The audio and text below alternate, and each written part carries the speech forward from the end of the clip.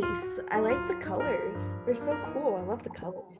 So this is the animal, and then this is the science, and then the scientist is gonna pour this on the animal.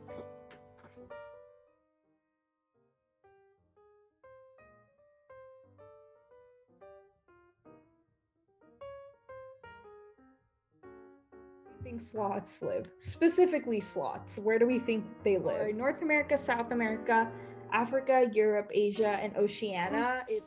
South America. Awesome. Yeah, I wanted to talk to you guys about our guest speaker that's coming on Friday. Get excited, get hyped, because she's so cool. She's so tight. Her name is Staci Wong, and about Staci is that she was an animal scientist. Yeah. Yep. She studied panda bears and their behavior in China before she became like an educator. So like that means that she now just teaches things to like animal science related things to people. But she is now a manager of guest interactions at the Aquarium of the Pacific. What that means, friends, is that she like coordinates like where the guests go when you visit the aquarium, and she like gives tours and stuff. And now she is wonderful and almost an expert, I would say, at like animal exhibits. So this is Staci. On Friday, she's bringing us a seabird and an otter. I am so excited. I hope you guys are excited too.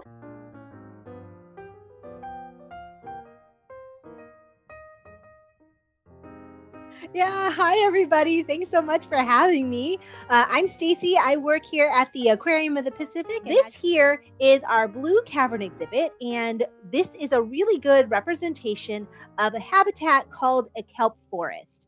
Now, today we are going to become animal scientists together, and in order to become animal scientists together, we're actually going to be making observations together. What are some things that you notice about this habitat? So some observations about the habitat itself. Let's see, Barack. I noticed that there's coral reef in the habitat. So you notice some kind of reef-like structures, okay? There's like different type of fish. There's big fish, there's small fish. There's like, they look like little sharks, but there's a whole bunch of different. You got it.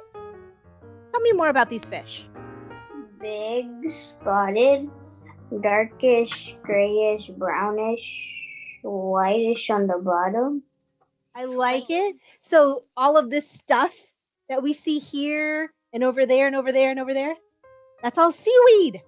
It's seaweed. In fact, this seaweed, especially the tall stuff right here, is called kelp. And that is a really important part of this habitat. In fact, it's such an important part, that's what the habitat's named after. This is called a kelp forest. So this is a forest of seaweed. But besides fish, you actually find so many other types of animals too. This animal is a sea otter. And sea otters live in kelp forests, not really around us here in LA and Long Beach, but a little further north. My name is Sam. I'm one of the mammalogists that gets to work with our sea otters, whole bucket. So if you take a zoom in here, she's going to eat all of this in one sitting, and she gets about 4 to 5 sessions of this every single day. So she gets this yummy squid right here, some clam pieces, and then some shrimp. All right. So this is Betty. She's our 9-year-old California sea otter, and she's one of our fastest eater. I call her pretty much the otter garbage disposal because she eats a ton of food every single day. Betty, to stand up. Up. There we go. She could showcase her abilities to stand up. You want to raise your arms? Good job. And then she also has another behavior that we like to do. We like to ask her to clap. A round of applause. Good job. Thumbs up. Who can tell me a little bit more about an adaptation? An adaptation is basically like something that you need to like know or do or something like that, like to help you survive in wherever you're living in. So to help you adapt to where you are. Excellent. Thank you, Christina. Well, so we'll take a look at the ecosystem a little bit more, but I do want you to have a chance to meet Sula. Are you ready? Let's do this. Wow. Now, what we're going to be doing today is showcasing a little bit more flight with one of our animal ambassadors here at the aquarium, Sula.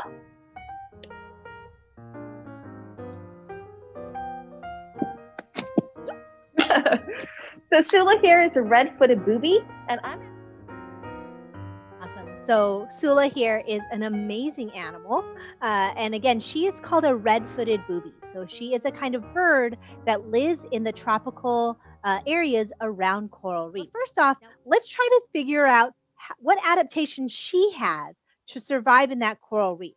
Is there anything that you can see about her that might help her survive in her habitat? Because most birds, I think seabirds might eat fish. Mm-hmm. That's right. So she eats fish too, right? So how do you think she swims? Nicole, what do you think? With her feet, her webbed feet. Yeah, so you noticed those webbed feet.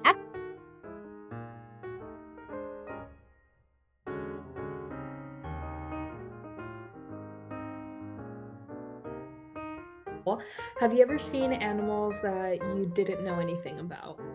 Oh my goodness, Nicole. Yes, all the time. I see lots of animals that I don't know anything about. What is the most interesting thing you have learned about otters? Oh, let's see. The most interesting thing I learned about otters. Oh, this is fascinating. Did you know that otters have pockets? I tried drawing that bird. Ooh, it's very good. It's a very good drawing. This is supposed to be an owner of whatchamacallit, Aquarium Pacific. I made my own, and this is a cage and a turtle. That's it. The animal science is when you study animals or work with them. Awesome. Great job.